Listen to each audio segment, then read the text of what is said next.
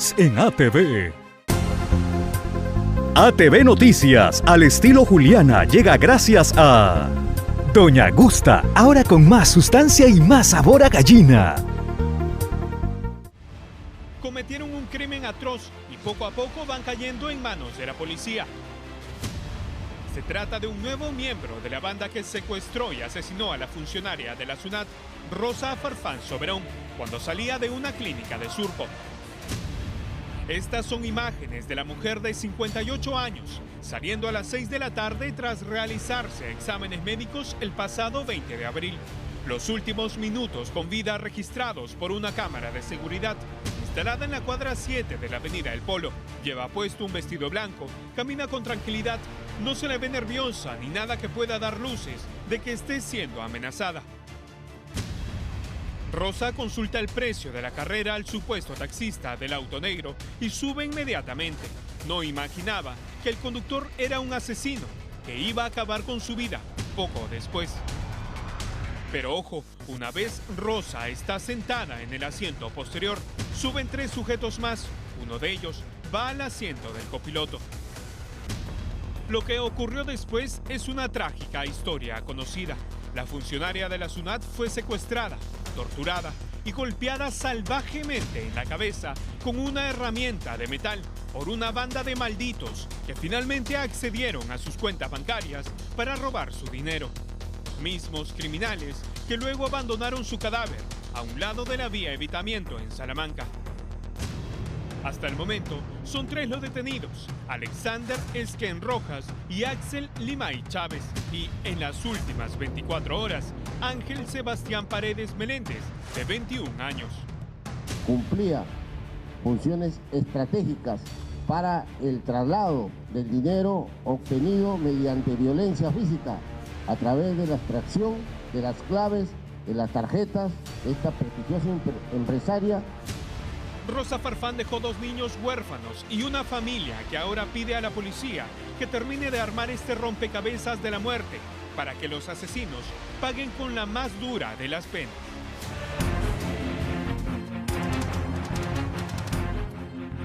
Es la maldad absoluta, ¿no? El lado más oscuro de cualquier ser humano, porque finalmente estos delincuentes son personas. O sea, ya le habían robado absolutamente todas sus pertenencias. Tenían sus tarjetas de crédito, de débito. ¿Qué razón?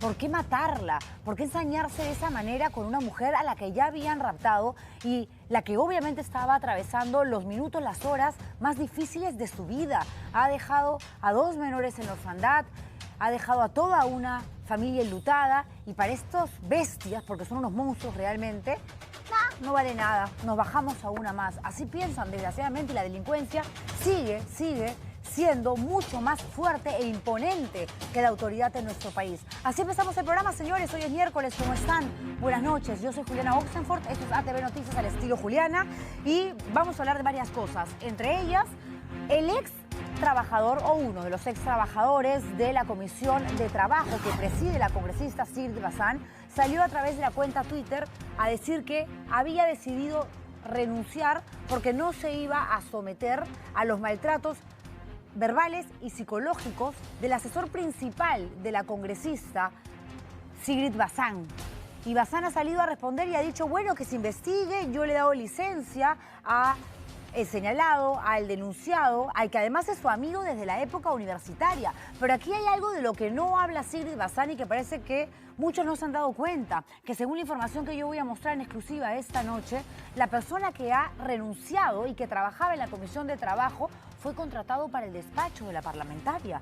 ¿Cómo es eso? La que se encarga justamente de aparecer siempre como la embanderada y apoderada de los derechos de los trabajadores, hace dobletear a su gente, los contrata para trabajar en un lugar y luego los pasa de manera irregular a la Comisión de Trabajo, donde ella es la líder, la cabeza principal. Extraño, ¿no? Raro, ¿no?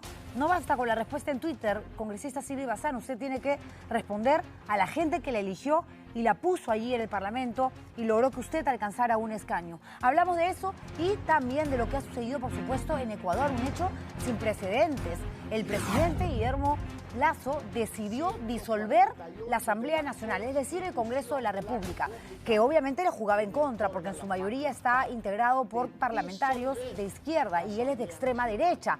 Bueno, lo cierto es que dice que no lo dejaban gobernar y que no solamente se va al Congreso, sino él también, y que va a convocar a elecciones generales. Claro, en nuestro país esto podría ser leído evidentemente como un golpe de Estado si se queda el presidente y disuelve sin ningún tipo de razón, sin ningún tipo de, digamos, causal el Parlamento Nacional. La Constitución ecuatoriana es diferente y más adelante vamos a hablar justamente con un colega periodista ecuatoriano para que nos cuente cómo están las cosas de movidas en el país vecino del norte. Eso y más, señores. Mientras tanto, vamos a mostrarles una nota que habla acerca de lo que ha pasado el día de ayer en Chancay. Como ustedes recordarán, ayer martes empezamos una emisión del estilo Juliana mostrando algo que parecía producto de un terremoto, nada menos. La pista que se había abierto, autos que pareciera que se les hubiese tragado literalmente la tierra y casas que resultaron afectadas. De 20, 2 por lo menos ya son consideradas inhabitables. Y de hecho que los vecinos se quejaban, pedían la presencia de un fiscal.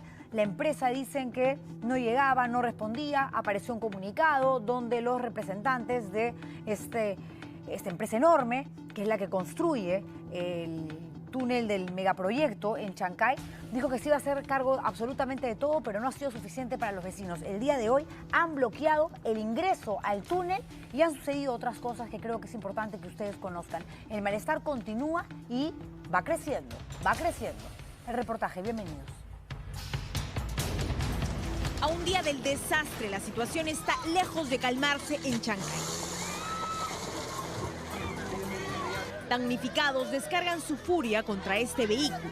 A bordo iban trabajadores de la empresa Cosco Shipping a los que acusaban de llegar a la zona, no para ayudar, sino para tomarles fotos. Miren lo que está haciendo este señor, tratando de colocar una piedra por abajo. La ira de los vecinos se desbordaba, la policía no se daba abasto y las piedras volaban por todos lados. En estos momentos hay cinco personas, se está saliendo esto de control. El conductor, lejos de detenerse, pisó el acelerador para escapar del lugar.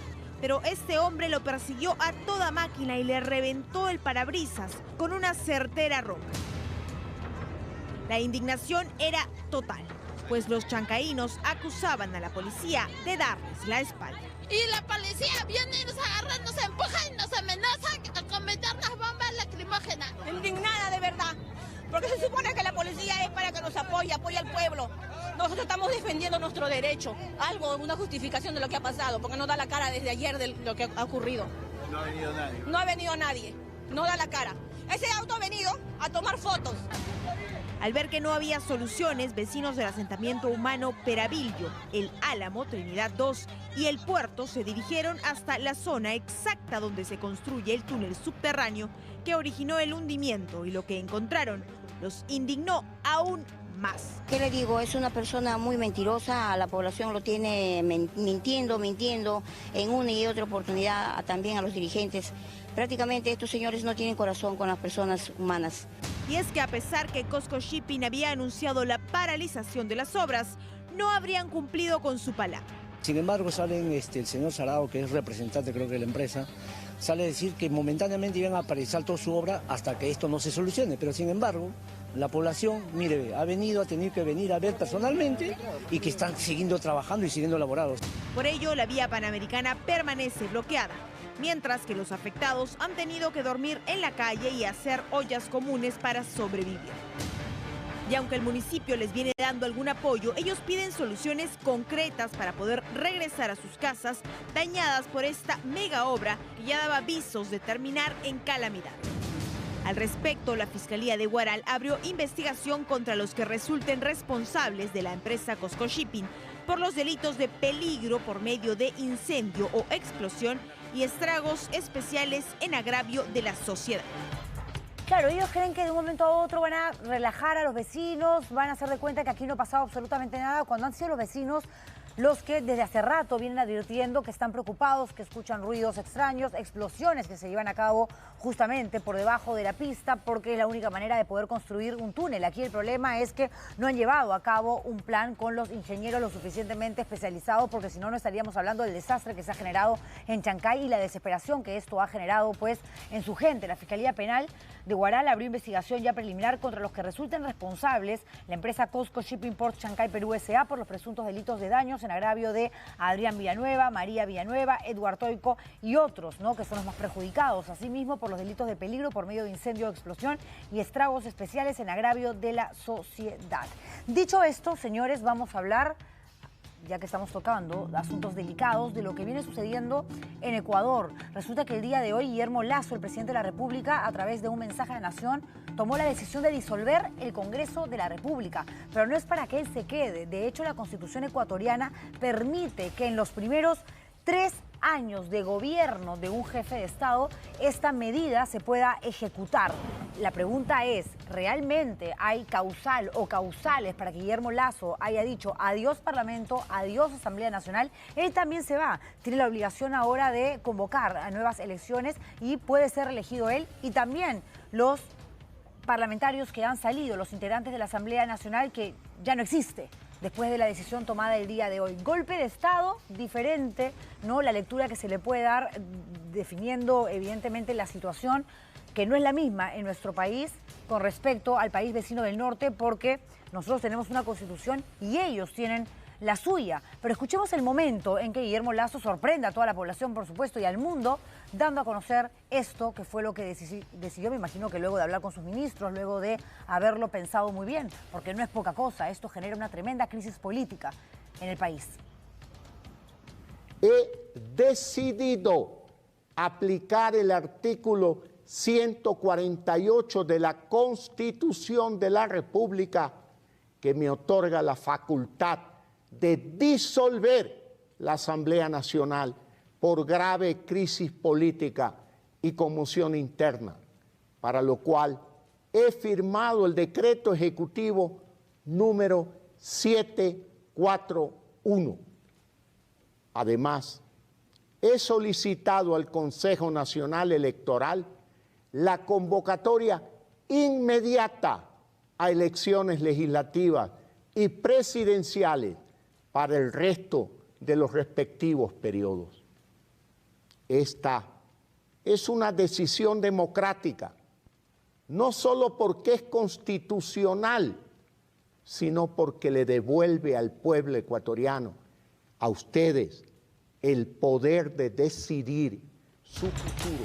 Bueno, aquí hay versiones encontradas, ¿no? Desde la izquierda, que tiene la mayoría en la Asamblea o tenía la mayoría en el Parlamento Nacional, dicen que esto es producto de un acto absolutamente autoritario de un dignísimo dictador, es lo que mencionan, ¿no? Porque además Guillermo Lasso es representante de una derecha algo radical. Lo cierto es que la Constitución lo dice, como se los mencionaba hace instantes, que dentro de los 3 años efectivamente hay un artículo que ampara esta figura que es conocida en Ecuador como la muerte cruzada, es decir, se van todos y la gente regresa a las urnas a votar y a elegir a sus nuevos representantes, ya sea aquellos que van a gobernar el Poder Ejecutivo como aquellos que pasarían a formar la Asamblea Nacional y pueden repetir el plato, ojo, pero aquí hay que tomar en cuenta un tema que es importante e interesante que ustedes sepan.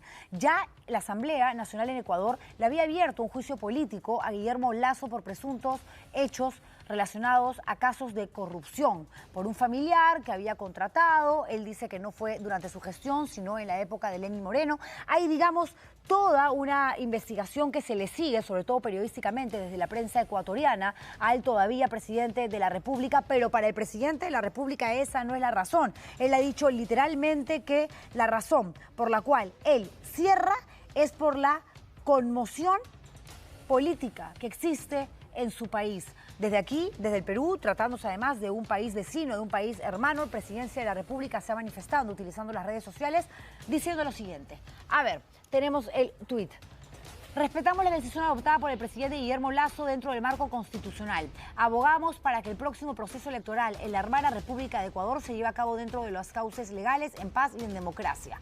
Yo coincido con esto, pero me pregunto, si en Perú pasa algo así, opinaría lo mismo Dina Boluarte y compañía y algunas personas protagonistas de la derecha nacional con respecto a una situación de esa naturaleza? Lo dudo. Varios comentarios que he escuchado de dignísimos congresistas de nuestro Congreso, de nuestro Parlamento Nacional, me hacen pensar que son bastante acomodados y que la indignación sigue siendo bastante selectiva. En todo caso, voy a conversar a continuación con Charlie Pisa. Él es periodista de RTS Ecuador, que ya está enlazado con nosotros vía Zoom. ¿Cómo te va, Charlie? Muy buenas noches. Buenas noches, Juliana. Desde Guayaquil, Ecuador, los saludamos. Gracias. A ver, esto es constitucional. Lo que dice este artículo, si no me equivoco, el 115 de la Carta Magna ecuatoriana, es que efectivamente el presidente en funciones, dentro de sus 3 primeros años de trabajo, tiene la potestad de disolver a la Asamblea Nacional. En este caso, la pregunta que nos hacemos es: ¿hay o hubo justificación? ¿Es serio que realmente la crisis política que existe en tu país ha sido tan extrema, ha llegado a un nivel tan incontrolable, que era la única salida que tenía Guillermo Lasso para tratar de calmar las aguas, o porque más bien no quería terminar de afrontar este juicio político que le había iniciado justamente el Parlamento ecuatoriano? Sí, básicamente es el artículo 148 de la Constitución de la República que activó el presidente de la República hoy en la mañana en cadena nacional. Él menciona de que disuelve la Asamblea Nacional por grave crisis política y conmoción interna. La crisis política es la que se ha generado en torno a su juicio político, el que se activó y que el día de ayer él compareció a la Asamblea Nacional. Él lo había anunciado y, como lo mencionó, él acudió y trató de defenderse de las acusaciones y los interpelantes, quienes se refirieron a ese caso de corrupción en que se hablaban de contratos del gobierno de Lenín Moreno, pero que él mencionaba también e indicaba con documentos de que él no tenía relación con ese tipo de contratos. Exacto, él ayer estuvo respondiendo justamente por estas acusaciones vinculadas a delitos de corrupción, colusión, para ser más exacta, y el día de hoy la Asamblea Nacional tenía que decidir sobre el futuro de Guillermo Lasso, y lo que ha hecho el presidente todavía ecuatoriano es adelantarse, anticiparse en un hecho sin precedentes y decir: no, esto ya es una crisis inmanejable, entonces yo disuelvo la Asamblea Nacional, pero no es que yo me quede.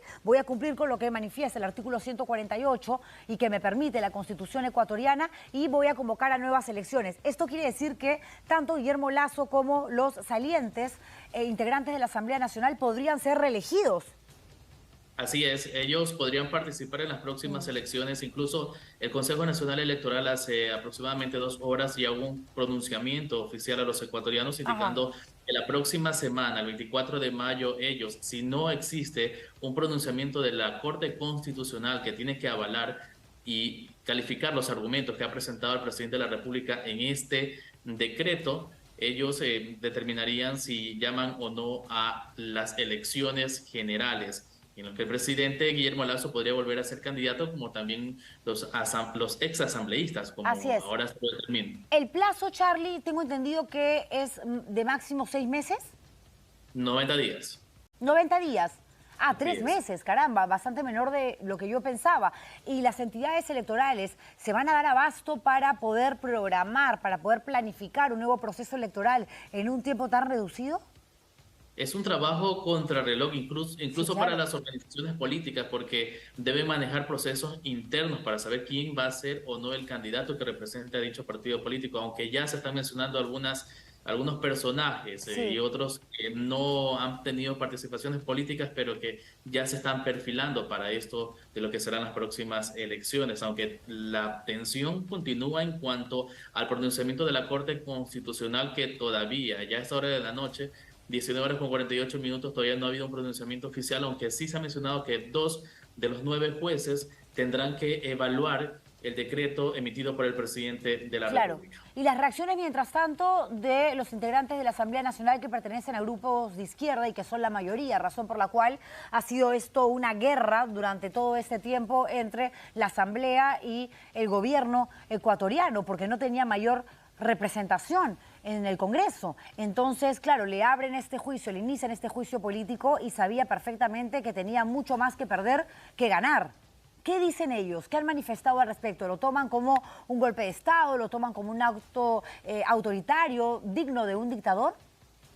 De los 137 asambleístas, solo al menos 5 han acudido hoy a la Corte Constitucional a exigir un pronunciamiento oficial inmediato. Ajá.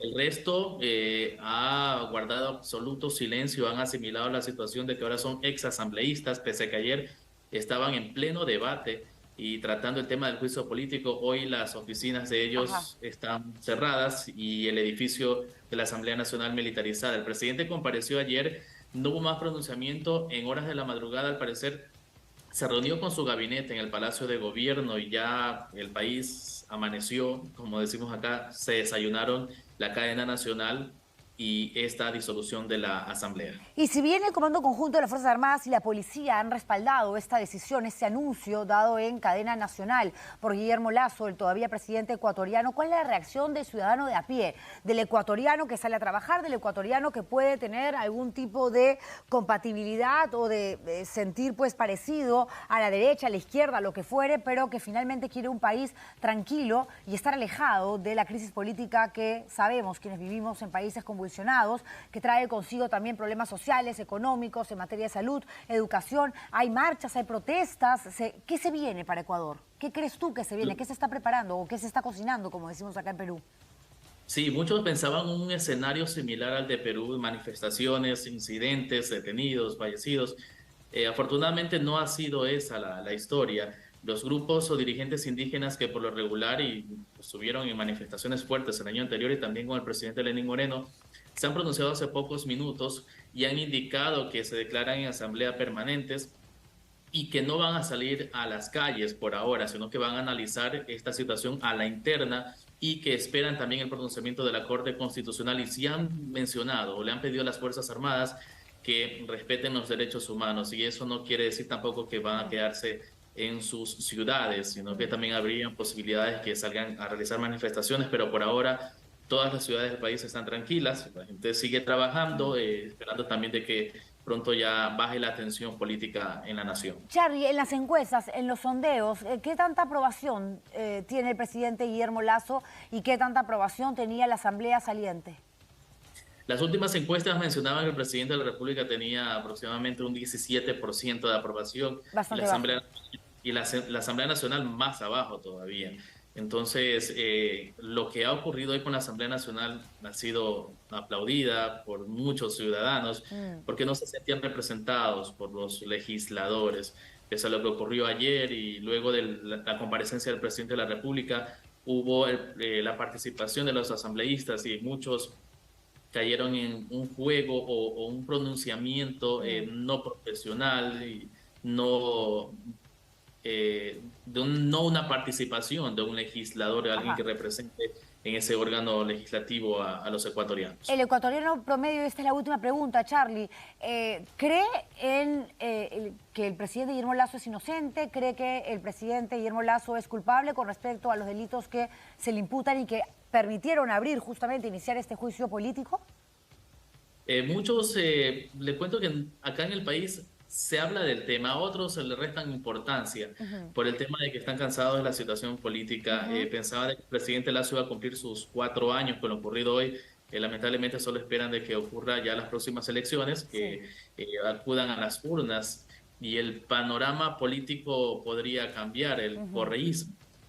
Lo que tiene que ver con el partido político y la corriente del expresidente. Que sigue siendo una corriente muy fuerte en Ecuador, efectivamente, y sería regresar a una candidatura o a una presidencia de izquierda, ¿no? Y dejar la derecha que viene representándose con Guillermo Lasso y compañía todavía hasta el tiempo en que finalmente tenga que dejar el poder porque se llevan a cabo las nuevas elecciones y aparece su sucesor, o se mantiene él, nadie sabe, en política nunca se sabe. De hecho, Charly Pisa, muchísimas gracias por esta información, por este enlace, por compartir con nosotros detalles de lo que está sucediendo ahora mismo en tu país, y ojalá que si hay marchas, manifestaciones, que siempre son bienvenidas, estas se lleven a cabo con tranquilidad, de manera pacífica, porque protestar es algo que en Ecuador también está avalado constitucionalmente, pero tú no puedes atentar contra el derecho de terceras personas y no queremos heridos, no queremos muertes, no queremos más problemas de este tipo en nuestra región. Muchísimas gracias a Charlie Pizar, periodista, repito, de RTS Ecuador.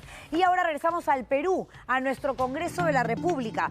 Bueno, ya se va Eliana Rebollar, defensora del pueblo, que creo yo que ha hecho una gran labor. Cuando muchos representantes de diferentes instituciones, entidades públicas callaban, le hacían perro muerto a temas graves, delicados, complejos, de los que nadie quiere hablar porque son pocos los que se compran líos y se enfrentan, ¿no?, de cara al poder y le dicen al Ejecutivo, le dicen al Congreso de la República, le dicen al propio Poder Judicial, oigan, eso no es así, oigan, hay que investigar, oigan, hay tantos muertos en las manifestaciones de este gobierno que es liderado por Dina Boluarte, la Fiscalía tiene que ponerse las pilas. ¿Dónde está la responsabilidad? Por lo menos política administrativa. Yo creo que Eliana Rebollar ha hecho una gran labor, pero el Congreso de la República, sin debate, dijo ya, votemos rápido, tenemos que elegir al nuevo defensor del pueblo. ¿Y quién ganó? Fíjense ustedes, Josué Gutiérrez. De hecho, se acuerdan de él, porque ha sido de los personajes más cercanos a Ollanta Humala durante su gobierno. De hecho, fue hasta su abogado. Lo eligieron con 88 votos a favor, 24 en contra y solo 9 abstenciones. Fue un proceso larguísimo de selección, recuerden ustedes. Este fue el candidato que propone la bancada de Perú Libre y que reemplaza, repito, en el cargo a la ya próximamente saliente Eliana Rebollar. El otro candidato era Jorge Luis Rioja Vallejos, presentado por las bancadas de Acción Popular, Bloque Magisterial, que solamente tuvo 58 votos. Hasta congresistas de Fuerza Popular votaron por, sí, no es broma, por Josué Manuel Gutiérrez Condori. Vean ustedes cómo las fichas no se van acomodando. ¿Qué hay detrás? Siempre hay algo detrás. Vamos a escuchar, vamos a leer en un ratito a los últimos comentarios de la lideresa de Fuerza Popular, Keiko Fujimori, que luego de haber salido a decir que las últimas elecciones fueron fraudulentas, que fueron de lo peor, que les robaron las elecciones, ahora aplaude a Dina Boluarte y le pide por favor que se quede hasta el 2026. Pero si Pedro Castillo entró en un proceso electoral fraudulento a Palacio de Gobierno, se entiende que la persona que lo acompañaba en calidad de vicepresidenta o candidata a la primera vicepresidenta, pues también entró de manera tramposa. Pero ahora todos quieren estar felices hasta el 2026. Yo no les creo nada, a los políticos cada vez les creo menos, pero ojalá, deseo que Josué Gutiérrez haga una buena labor. Mientras tanto, el que está feliz es Vladimir Cerrón. Lo ha felicitado en las redes sociales porque ahora, como ya no existe el Partido Nacionalista y demás, el nuevo defensor del pueblo es de Perú Libre y dice: el Partido Perú Libre felicita la elección del nuevo defensor del pueblo, Josué Gutiérrez Cóndor, deseándole éxitos en su labor y que la misma reivindique su verdadera función. ¿Quién es Josué Gutiérrez? Hablemos un poquito más del nuevo defensor del pueblo. Él salta a la palestra por el famoso viaje que hizo a Moscú con Alexis Humala. Recuerdan ustedes, el hermano de Ollanta, el expresidente, donde se reunió con el ministro del Exterior de Rusia. Es abogado, obtuvo grado de bachiller en Derecho por la Universidad de Huánuco, fue congresista por el Partido Nacionalista desde junio del 2011 hasta junio del 2016, los 5 años que duró la gestión parlamentaria. Fue abogado de Vladimir Cerrón y hasta marzo último, militante de Perú Libre. Por eso es que Cerrón está saltando de alegría en las redes sociales. En la actualidad es un trabajador en el Congreso de la República. No es parlamentario, pero es trabajador del Congreso. Bueno, pero no podemos olvidar evidentemente cómo es que él pasa a la historia a través de estas reuniones que se hicieron públicas, ¿no? La reunión que se realizó el 8 de julio del 2011, cuando Humala todavía no había asumido el poder. La Cancillería rusa, de hecho, dijo después en un comunicado que el diálogo había sido con un representante especial del peruano Ollanta Humala, presidente electo. ¿Cómo han tomado los parlamentarios que han votado y que no han votado por Josué Gutiérrez esto? Sobre todo los que no lo querían a él como defensor del pueblo. Tenemos algunas reacciones del Parlamento Nacional. Es difícil buscar consensos. Ahora, en esta oportunidad, el Parlamento se ha puesto a la altura, porque también hay que entender que el país necesita también un defensor del pueblo serio, que defienda a los peruanos. Que ya ahí los congresistas ya hemos elegido de diferentes tiendas políticas y estoy seguro él tendrá que ponerse a trabajar ahora, ¿no? Ha ganado el conservadurismo, ¿no? Porque esa era mi opción. En la Defensoría del Pueblo tiene que haber un pensamiento más abierto, liberal, ¿no? Y bueno, ha ganado Josué Gutiérrez con las justas, ¿ah? Porque han sido 87 clavaditos. Entonces vamos a ver cuál es su conducta. Espero que respete el trabajo técnico de los integrantes de la Defensoría del Pueblo, que una vez más ha ganado el Fuji-Serronismo. No, cada uno hemos tenido a bien mirar intereses del país. Siempre nosotros en Fuerza Popular hemos sido consecuentes en defender los intereses de todos los peruanos. Era oportuno tener ya un defensor del pueblo. Mire cuánto tiempo hemos tenido a una defensora del pueblo interina que ha mellado la imagen de nuestro ejército peruano, de nuestra Policía Nacional. En esta oportunidad hemos votado por el mal de los dos malos que han presentado ante el Congreso de la República. Entonces vamos a ver cuál es la posición de Perú Libre frente al candidato que ellos han impulsado. Le decía hace un rato que es trabajador del Congreso de la República, ¿no? En octubre del 2021 lo contratan como asesor de la bancada de Perú Libre, ganando más de 11.000 soles. Sí, estuvo más de un año y luego lo pasan al Departamento de Comisiones del Congreso, donde ha trabajado hasta abril del 2023. Y luego, bueno, ya se tuvo que, digamos, aislar, apartar un ratito del Parlamento, porque era uno de los candidatos, uno de los dos candidatos a ocupar el cargo de defensor del pueblo, que es un puesto que lo decide el Parlamento Nacional. Ahí está Josué Gutiérrez, repito, suerte y ojalá que próximamente esté en el programa y que nos diga cuáles son las expectativas que tiene con respecto a un puesto que, si bien no tiene la capacidad él o no la va a tener de tomar decisiones trascendentales, siempre a manera de bisagra, de moderador o moderadora, el defensor o la defensora cumplen funciones muy importantes, sobre todo en momentos de crisis. Y crisis es lo que nos sobra en nuestro país, señores, ya sea por temas políticos, por temas relacionados a la educación, salud. Estamos ahorita sumando más personas enfermas con dengue, muertos. Ayer tocábamos el tema largo y tendido aquí en el programa y hay también historias que nos llegan y que no podemos dejar de tocar, como esto que manifiesta la mamá de un bebé de tan solo 1 año y medio, no, 1 mes y medio. Yo cuando le dije 1 año y medio, qué chiquitito, pero no, un recién nacido era, porque desgraciadamente falleció. Y lo que dice su mamá, Nelly Taipe, es que fue en el hospital Loaiza donde a este niño pues le cortaron las alas y por culpa de la negligencia de algunos médicos y enfermeras dejó de respirar. La mamá tiene 32 años y va el 18 de abril de este año, ahorita, ¿no? Porque tenía una cita con el pediatra para que vea a su bebé porque estaba manifestando un cuadro de infección urinaria. Un bebé que nació además muy sano, con buen peso, 3,690 kilos, pero tenía una bacteria en la orina. Entonces la segunda vez que la mamá lo lleva, le dicen, señora, su hijo se tiene que quedar internado porque esto no es cualquier cosa. Y de allí ella dice que cuando le van llevando al bebé de tanto en tanto, mientras estaba internado, por supuesto, para que le diera todavía de lactar porque se alimentaba de leche de mamá, bebito recién nacido, le encuentra un moretón, una heridita en el ojo, consulta, nadie da respuesta y ella lo que asegura es que mataron a su bebé. Está el documento que habla acerca del certificado pues, de necropsia, ¿no? Que es finalmente la oficialidad frente a el deceso de un ser humano y dice, certificado del día 19 de abril de 2023, Tiago Tadeo Eche Taipe, ¿no? En investigación, los agentes causantes, pero la causa de muerte es edema cerebral y pulmonar. Nosotros vamos a conversar con Nelly Taipe. No ha pasado ni un mes desde que ha tenido que despedirse para el bebé que trajo con tanto amor y con tanta ilusión al mundo, pero ella ha dicho que va a seguir con su denuncia porque está convencida de que no fue la infección urinaria, la que mató a su bebé, sino una irresponsabilidad en el Hospital Arzobispo Loaiza. Nelly, ¿estás con nosotros ya conectada? Buenas noches. Buenas noches, Juliana. Nelly, qué difícil hablar con una madre que acaba de perder a un hijo, pero entendemos que tú te has propuesto seguir adelante con esta denuncia.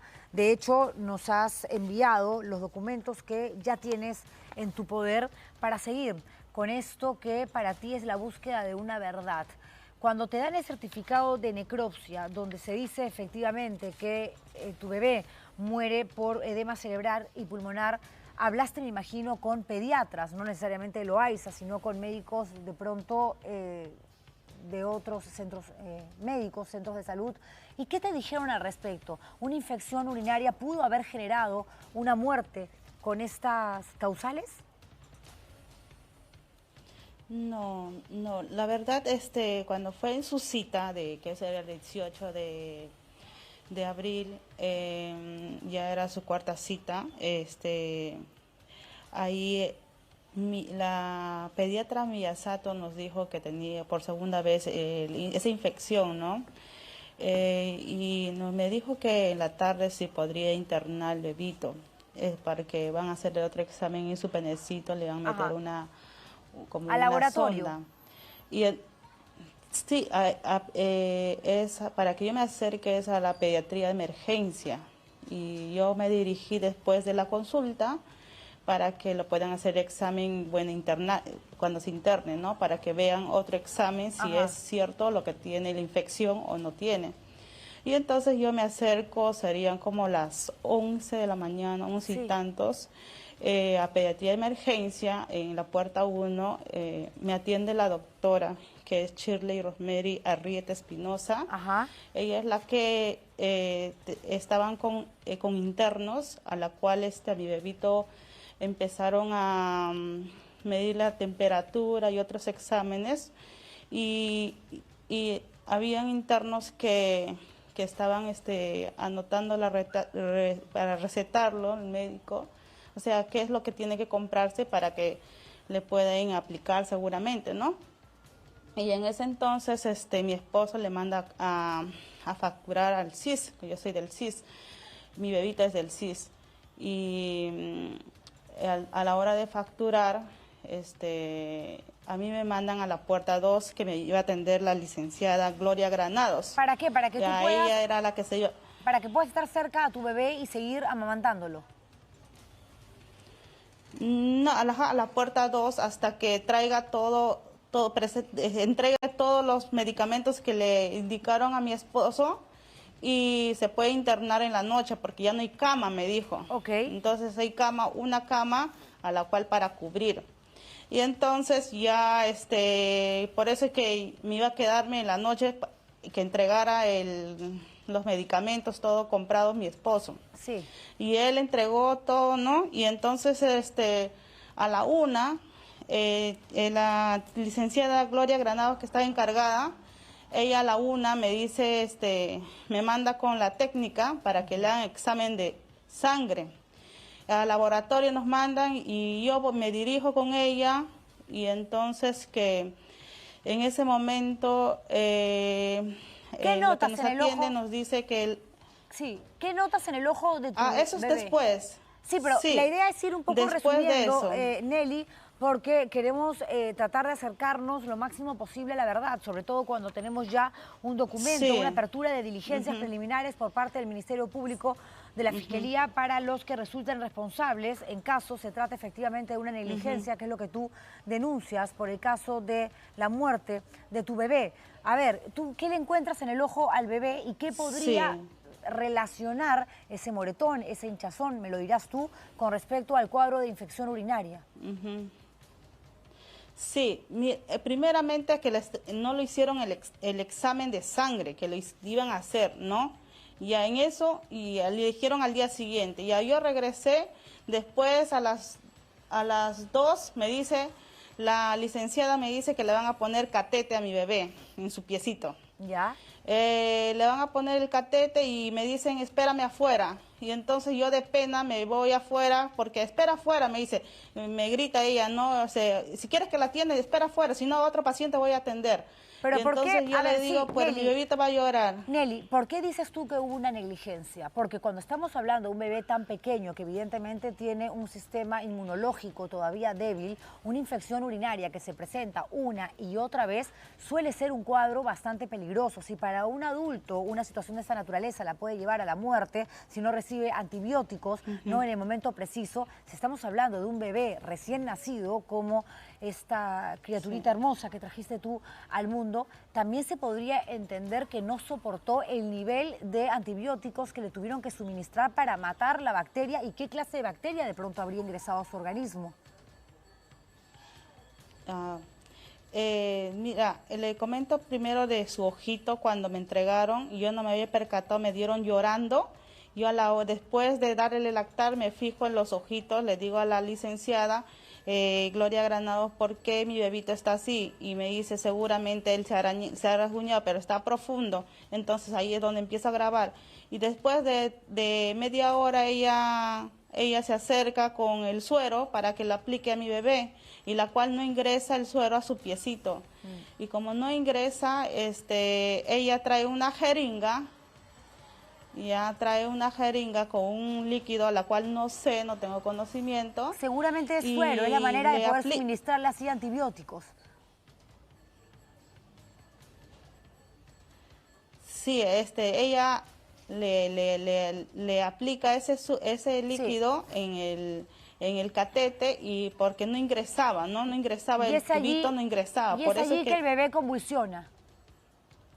No, ahí no convulsiona. Ya, ingresa el líquido y después abre el suero, el mismo suero que ingresa del tubo.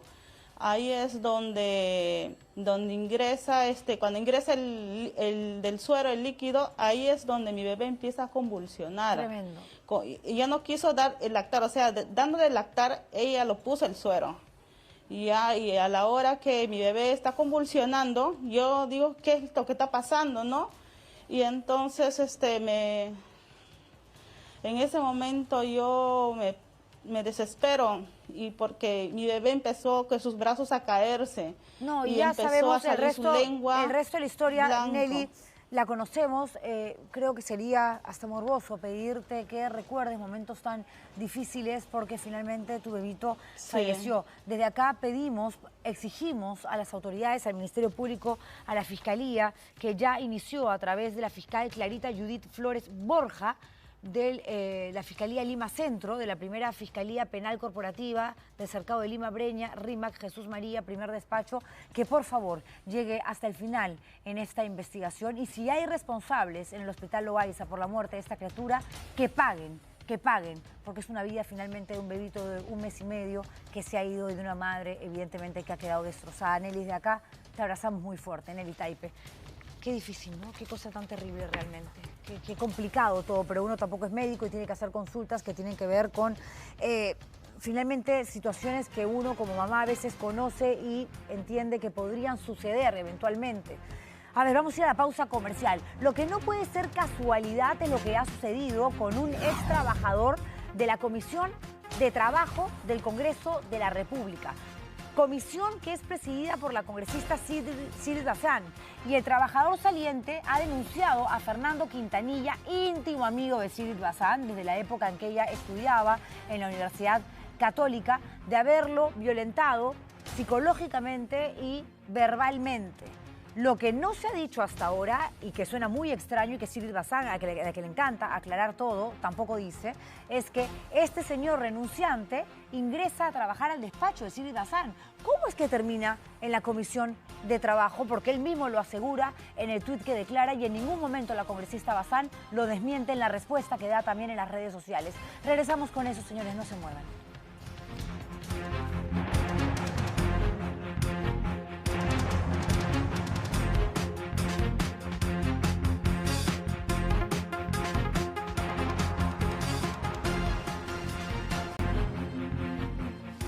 A ver, hay una historia, una noticia que tiene como protagonista una congresista de la República, a Sigrid Bazán, de hecho, que ha pasado desapercibida en algunos medios. Algunos pensarán, ay, Juliana, pero a ti porque no te cae, porque alguna vez compartieron, digamos, el mismo espacio de trabajo. Es cierto, no me cae, y lo he dicho abiertamente, y he contado las razones por las cuales no tengo una buena impresión de ella. Pero como congresista que es, sabe perfectamente que está expuesta, ¿no?, a la vista, y expuesta a los comentarios, expuesta a las críticas, no solamente de nosotros, los periodistas, sino de la gente en general. Es parte de. Y lo cierto es que ayer sorprendió que Sergio Quispe Vázquez, ¿no?, uno de sus ahora ex trabajadores, denunciara lo siguiente a través de su cuenta Twitter. Hoy dice formalmente: dejo la Comisión de Trabajo del Congreso presidida por Sigrid Bazán.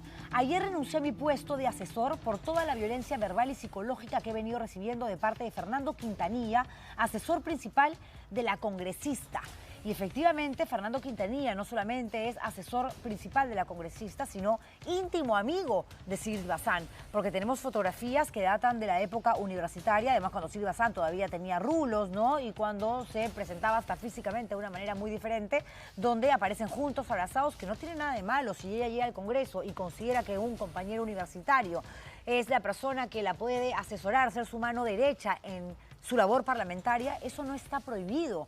Pero lo que sí es preocupante es que se vaya otro trabajador del Congreso de la República porque denuncia a este Quintanilla de violentarlo verbalmente y psicológicamente. Él continúa, ¿no?, en una cadena, en un hilo de comentarios vía Twitter. Las personas que me conocen saben de mis capacidades profesionales y políticas, así como de mi compromiso con la clase trabajadora, motivo por el cual me convocaron a la comisión sin conocer a nadie del equipo ni de su despacho.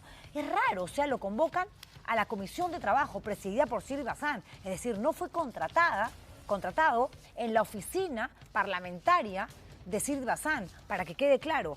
Uno puede ser congresista de cualquier bancada, tienes tu oficina con tu asesor, con tu secretario, con tu relacionista público, tu jefe de prensa, y si presides una comisión de trabajo, ahí hay otro grupo de asesores que no tienen por qué trabajar en tu oficina, porque son sueldos independientes, porque son cargos que no deberían de mezclarse unos con otros. Y esto llama la atención porque él dice, la hostilización fue constante desde la segunda semana, es decir, desde agosto del 2022.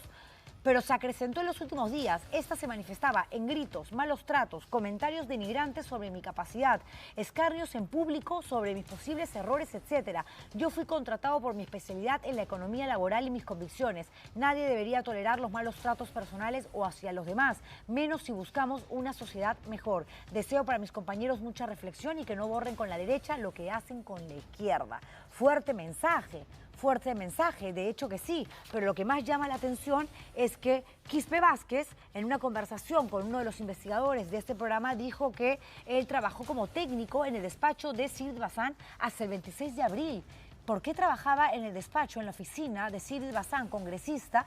Y en su Twitter dice que él se va, deja la comisión de trabajo que preside la congresista Sigrid Bazán. Bueno, quisimos ir mucho más al detalle. Y aquí está, listado de personal a febrero del 2023 del despacho de Sigrid Bazán. Y aquí aparece efectivamente como asesor principal Fernando Manuel Quintanilla Muñoz, el íntimo amigo de Sigrid Bazán, quien supuestamente agredió, ¿no?, ofendió, maltrató al trabajador renunciante. Y aquí aparece Sergio Martín Quispe Contreras también en calidad de técnico. Y sin embargo, en el listado de personal, febrero 2023, la misma fecha de la oficina, ahí está, los trabajadores de despacho y la oficina, aquí ya pues no aparece Sergio Quispe. Él responde que este tema, cuando le hemos dicho, no entendemos por qué si te contrata para un lugar terminas trabajando en otro, él dice sobre eso tiene que responder la propia congresista Bazán. No sé si tenemos los tweets de Sigrid Bazán, la respuesta que ha dado hoy en Twitter. Tenemos un informe, ¿les parece? Mejor veamos este reportaje que es bastante más completo y donde se resume de manera bastante dinámica y didáctica lo que les vamos contando. Vamos con eso. Es la Comisión del Congreso, encargada de velar por los derechos de los trabajadores de todo el país. Pero, por irónico que parezca, salió a la luz una denuncia de maltrato laboral contra uno de los empleados de este grupo parlamentario, presidido por la congresista Sigrid Bazán. Se trata de Sergio Quispe Contreras, quien se desempeñaba como técnico del despacho de la congresista de Cambio Democrático Juntos por el Perú. Cansado de callar durante varios meses, el economista utilizó su cuenta de Twitter para hacer una grave denuncia contra quien sería la mano derecha de Sigrid Bazán. Hoy formalmente dejo la Comisión de Trabajo del Congreso presidida por Sigrid Bazán. Ayer renuncié a mi puesto de asesor por toda la violencia verbal y psicológica que he venido recibiendo de parte de Fernando Quintanilla, asesor principal de la congresista. El trabajador, a quien Sergio Quispe denuncia de maltrato verbal y psicológico, es Fernando Quintanilla Muñoz, economista de 33 años, que no solo figura como asesor principal de la congresista Sigrid Bazán, sino además es amigo cercano de la parlamentaria desde que ambos estudiaban en la Pontificia Universidad Católica del Perú, tal como se muestra en estas fotografías. ¿Desde hace cuánto tiempo usted conoce al asesor Fernando Quintanilla? Hace muchos años, hemos sido estudiantes de la Pontificia Universidad Católica del Perú y van a encontrar fotos de nosotros como estudiantes.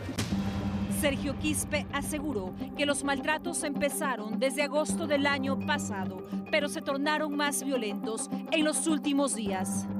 La hostilización fue constante desde la segunda semana, es decir, desde agosto de 2022, pero se acrecentó en los últimos días. Esto se manifestaba en gritos, malos tratos, comentarios denigrantes sobre mi capacidad, escarnios en público sobre mis posibles errores, etc. Asegura que no sería el único trabajador del despacho de la congresista Bazán que habría sufrido hostigamiento laboral por parte de este asesor. Yo no soy la única víctima, la verdad. No soy la única víctima, y mi única prueba está en las otras víctimas, ¿no? O sea, las otras víctimas que han vivido eso también están ahí, ¿no? Si bien también el mismo Fernando ha complotado y ha jalado a una gran parte de la Comisión de Trabajo contra mí. Yo jamás he sido testigo de maltratos. Yo tengo a 2 equipos a mi cargo ahora. Un equipo mío que desde hace hace 2 años ya viene trabajando, y un equipo de la Comisión de Trabajo que hace 1 año viene trabajando. Y creo que los 2 equipos nos hemos manejado con mucha responsabilidad. La congresista Sigrid Bazán confirmó que su asesor Fernando Quintanilla no ha sido separado del cargo, pero le han otorgado una licencia temporal mientras Recursos Humanos realiza las investigaciones. Yo ya oficié a Recursos Humanos. Ese es un ex trabajador que denuncia a un trabajador, por cierto, y lo hace a través de la cuenta de Twitter. ¿Por qué no se retiró del cargo a ese trabajador involucrado? ¿Por qué no despido a alguien? Porque todo el mundo tiene derecho a defensa y tengo que seguir los protocolos de Recursos Humanos. No puedo despedir a las personas.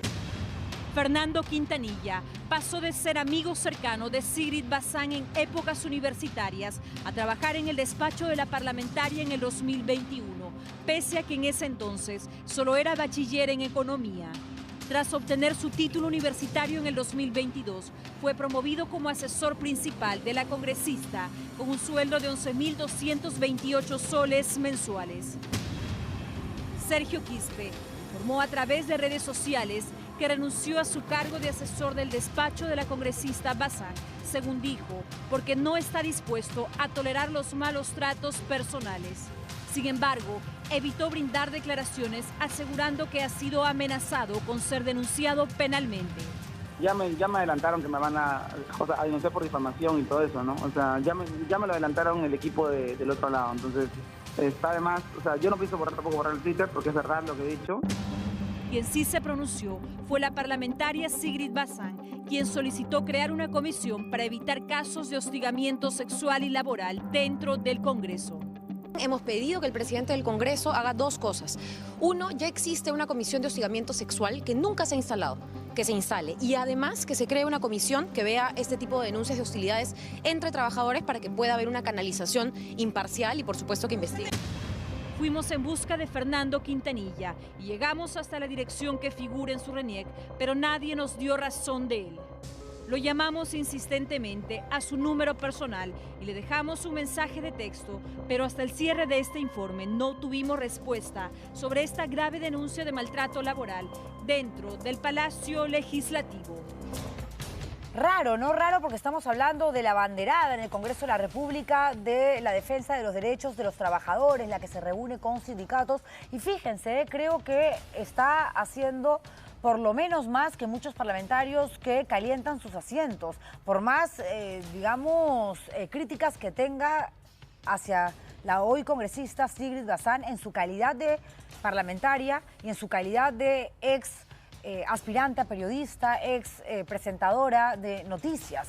Aquí estamos hablando de una persona que no entendemos cómo no se enteró que alguien desde septiembre del 2022 ya se viene sintiendo incómodo por una persona que es muy vinculado a ella desde la época universitaria y que no solamente lo habría maltratado a él, sino también a otros trabajadores. Y ella deja en claro que ella maneja 2 grupos, la gente de su oficina, del despacho parlamentario de la congresista Sigrid Bazán y la gente que trabaja en la comisión de trabajo que ella preside. Entonces, ¿por qué este señor que aparece no contratado para trabajar en el despacho termina siendo asesor en la comisión de trabajo? Eso es algo que, claro, cuando encaran a la parlamentaria, le hacen las preguntas, Candy Quispe va al Congreso, todavía no teníamos esa información, pero como ella no nos va a dar una entrevista a nosotros, y menos a mí, obviamente, sería bueno que tuitee algo al respecto y que aclare esta situación, entre otras cosas, porque es llamativo, ella es muy enérgica, muy vehemente, si se tratase seguramente de otro parlamentario, de una situación similar, peor o no peor, no importa, pero parecida con algún otro parlamentario, ella, que es la defensora de los trabajadores, saldría a decir que inmediatamente lo despidan, no le daría ni siquiera el beneficio de la duda, pero es su íntimo amigo de la universidad, pues entonces ahí la cosa evidentemente cambia. ¿Y cómo cambian los políticos, no? La incoherencia es realmente el modus operandi, desgraciadamente, de nuestra clase política.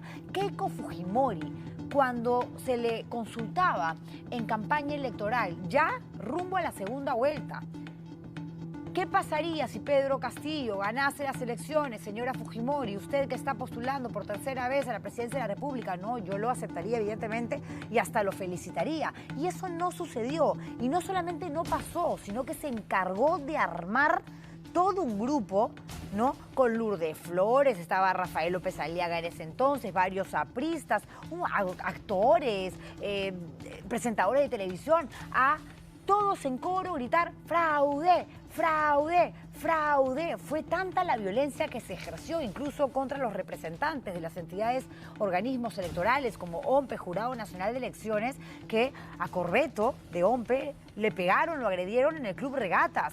Y sin contar, ¿no?, las manifestaciones en la puerta de Salas Arenas, que es el presidente del Jurado Nacional de Elecciones. Llama la atención cómo aquella que dijo prácticamente que le robaron las elecciones y que efectivamente hubo fraude, no una irregularidad, sino un fraude, que es algo mucho más peligroso y que de hecho que la última vez que hubo fraude en el Perú fue cuando su padre era presidente de la República, dicho sea de paso, o casualidad, las casualidades en política no existen, sale a defender a la presidenta Dina Boluarte de las constantes críticas de Andrés Manuel López Obrador, el presidente mexicano, y de Gustavo Petro, de Colombia, cosa que me parece muy bien, porque estas dos personalidades políticas no tienen por qué meterse a opinar sobre lo que pasa en el Perú, que se preocupe por los problemas de México y de Colombia, pero andan metiendo su cuchara porque, sí, pues no asumen que este ya no es un gobierno de izquierda, el que existe en el Perú, sino un gobierno de derecha. Dina Boluarte gobierna desde la derecha y para la derecha. En fin, ha salido Keiko Fujimori, ¿no?, dejando atrás esta narrativa del fraude de las que le vengo comentando,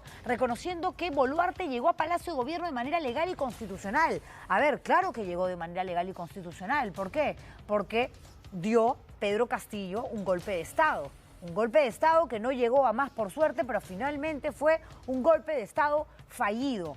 Pero si él llegó a Palacio de Gobierno antes del golpe, cuando se convierte en presidente de la República, producto de unas elecciones manipuladas, tramposas, entonces Dina Boluarte también llegó de manera irregular, pero sí la reconoce. Es alucinante, ¿no? Porque ni siquiera se pone de acuerdo, repito, en la narrativa. Vamos a recordar lo que decía Keiko Fujimori. El 7 de junio, un día después de la segunda vuelta, Fujimori denunció un supuesto fraude sistemático en una rueda de prensa. Reunió a varios periodistas y dijo que habían detectado una serie de situaciones extrañas que le preocupaban y pidió a los ciudadanos que denuncien los casos que conozcan. Y ahí se armó, digamos, todo un operativo para buscar a las personas que salieran a decir: aquí está mi supuesto voto, pero esta no es mi firma. Ni una sola persona apareció diciendo: sí, efectivamente, a mí me han utilizado como parte de un proceso fraudulento. No, eso no hubo. Algunas irregularidades, actas que se pierden, pasa en todas las elecciones, desgraciadamente. Pero fraude, no, de ninguna manera. Bueno, fuera fraude, nos hubiéramos ido rápidamente a elecciones y no estaríamos parados donde estamos ahora mismo. Pero ella seguía porque no le gusta perder. Y claro, después de 3 postulaciones, ya era como que escandalosísimo que un Pedro Castillo, que prácticamente era un inexistente, nadie sabía quién era en primera vuelta, obtuviese tanto protagonismo de primera a segunda vuelta, al punto de pasar con Keiko Fujimori al segundo round. Bueno, en un meeting, ella un par de días después, en el campo de Marte, pidió respetar la democracia y que el Jurado Nacional de Elecciones no cometa manipulaciones y diga mentiras sobre el resultado de las elecciones. Tenemos sus declaraciones. De eso se trata la democracia, de hacer respetar la voluntad de los peruanos, los votos de cada uno de los peruanos, sin manipular.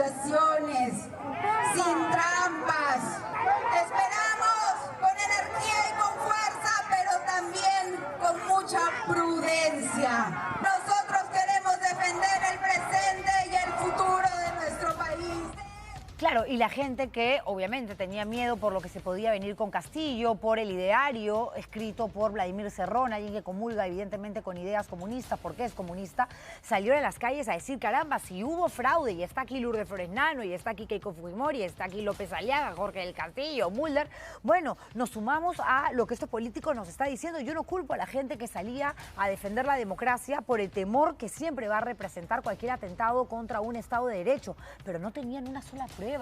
Fue un acto absolutamente irresponsable. Ganó Castillo, guste o no. Ganó López Aliaga, se convirtió en alcalde de Lima, ganaron los gobernadores regionales que hoy tenemos, los alcaldes que hoy tenemos, y eso es parte de los juegos de una democracia, de las reglas del juego de un Estado de Derecho. Pero Keiko Fujimori estaba con la herida abierta, todavía tenía sangre en el ojo y preparó esto que no tenía cuándo parar. El 12 de junio se realizó la primera marcha en contra del supuesto fraude, una concentración que fue en el Campo de Marte, donde había un centro de vacunación contra la COVID. La marcha fue advertida como un posible obstáculo en la vacunación. A Keiko Fujimori le importó 3 pepinos. Confirmó su asistencia, provocó que la vacunación tenga que terminar a las 2 de la tarde, cuando el horario normal era hasta las 4, y la Defensoría del Pueblo informó que decenas de familias tuvieron que regresar con personas de la tercera edad sin poder haber recibido sus respectivas vacunas, y esto por un fraude que ellos arengaban y que no tenían cómo demostrar, y pasaba el tiempo y seguían sin aceptar que Keiko Fujimori había perdido por tercera vez las elecciones, como lo decía el domingo pasado en una entrevista que di al diario El Trome. O sea, Keiko Fujimori postula con Pikachu, Pikachu le gana. Keiko Fujimori postula mañana más adelante con un tipo tan peligroso como Antauro Humala, y Antauro, se los digo, gana. Lo mejor que podría hacer Keiko Fujimori sería ya, no sé si abandonar su carrera política, porque puede seguir siendo la lideresa de Fuerza Popular, pero buscar la manera de que aparezcan nuevos rostros, y de pronto alguien del fujimorismo presenta una opción, que pueda convencer a la gente y llegan al poder. Pues no lo sé, pero Keiko como personaje ya no la va a hacer, no la hizo 1, 2, 3 veces con personajes como Ollanta Humala en su momento, que también generaba tantísimo temor, y luego con Pedro Castillo, que también era un representante de la izquierda, más radical todavía que Humala, porque Humala de primera a segunda vuelta se fue pintando el polo rojo, o mejor dicho, despintando de rojo, pasó a rosado y terminó bien blanquito. Se pasó a la derecha, al lado del empresariado, y eso como que tranquilizó al electorado. Con Castillo no sucedió lo mismo, pero Keiko ya debería decir hasta acá nomás. En fin, el jefe de OMPE, Piero Corbeto, sufrió agresiones dentro del Club Regatas de Lima, un club al que él pertenece. En su cuenta Twitter, el funcionario señaló que el personal del local no le quiso brindar ni siquiera datos sobre el responsable de esta agresión, que no solamente fue verbal, sino también física. Miren ustedes cómo en clubes, en asociaciones, en vecindarios, en colegios, en los chats de amigos de la universidad, todo el mundo se peleaba por temas políticos, una polarización que la generó Keiko Fujimori con esta cantaleta de me robaron las elecciones. Nadie te robó nada porque nunca lo tuviste, Keiko. Tienes que aceptarlo. Es así, la vida es así. Hay gente que nace para ganar, hay gente que nace para perder. Usted puede tener mucho talento para cosas de pronto que no tienen que ver con la política necesariamente, porque postulando a la presidencia de la República no le liga, pues. No le liga y no le va a ligar. Bueno, durante una entrevista con RPP aseguró que los indicios de fraude son muy fuertes y poderosos, y lamentó que hasta ese momento no se hayan analizado todas las denuncias que ella había presentado. ¿Qué denuncias? No habían denuncias.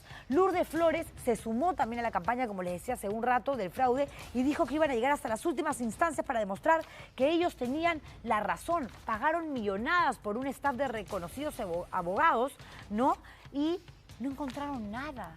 Nada, y dividieron el país, lo polarizaron, nos volvieron todavía un Estado más peleado, más golpeado, y ahí está ahora ella reconociendo la gestión, el gobierno legítimo y constitucional de Dina Boluarte, la que supuestamente ingresó también a Palacio porque era la vicepresidenta de Castillo, con trampa.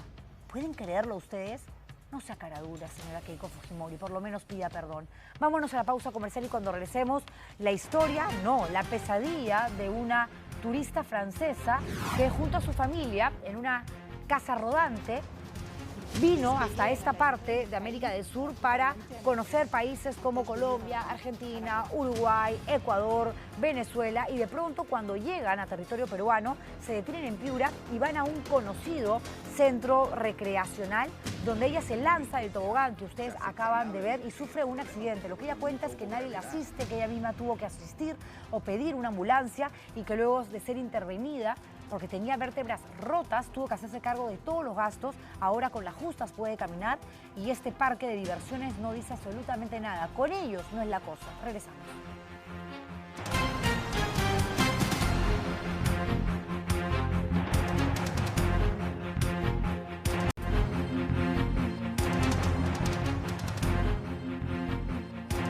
Esta historia que viene a continuación y que nos cuenta Romina Rossi es verdaderamente dramática, ¿no? Porque se trata de toda una familia francesa que tenía el sueño de recorrer América del Sur en una casa rodante y lo estaban cumpliendo. De hecho, ya habían ido a Chile, a Brasil, habían pasado por Uruguay y cuando llegan a Perú, dicen, a ver, paremos un ratito en Piura y vamos a este local, a este centro recreacional muy conocido en el norte que se llama el Aquapark. Estaban disfrutando de un día soleado de familia cuando de pronto ella se lanza, la mamá, de un tobogán y sufre un accidente. Lo que ella cuenta frente a cámaras es que pide ayuda y que no la auxilian, que se queja del dolor y que no le hacen caso, que ni siquiera se acerca a un médico, que ni siquiera le mandan una ambulancia. Ella logra venir a Lima, atenderse en una clínica privada, le hacen los exámenes, radiografías, entre otras pruebas, y le dicen, señora, tenemos que operarla.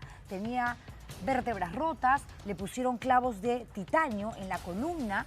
Ella ahora mismo hace esfuerzos realmente muy dolorosos para poder caminar, para poder trasladarse de un lugar a otro. El viaje soñado simplemente se opacó, se convirtió, repito, en una tragedia, en una pesadilla, y dice, ya no importa lo que yo pude haber gastado, lo que mi familia me mandó de Francia para poder costear en un país que no es el nuestro, todo lo que representa una operación, los días en los que estuve internada y demás, que son más de $18.000.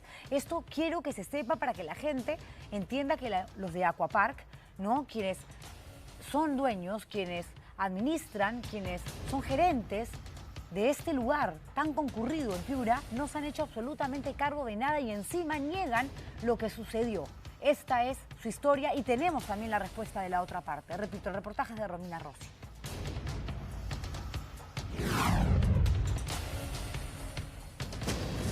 Fue aquí donde todo empezó. Una estrepitosa caída que ahora la tiene postrada en cama. Despegué en el aire y caí brutalmente en el tobogán antes de ir al agua. Terminó con la columna rota por un accidente que ocurrió en este Aquapark de Piura, pero que el administrador busca minimizar. Como en ese momento se ha subsanado en el problema, porque bueno, nunca hubo gravedad. En Bolivia, el contraluz del sol en el Salar de Uyuni dibujaba las siluetas juguetonas. En Perú, el contraluz de la ventana no sirve para ocultar su preocupación.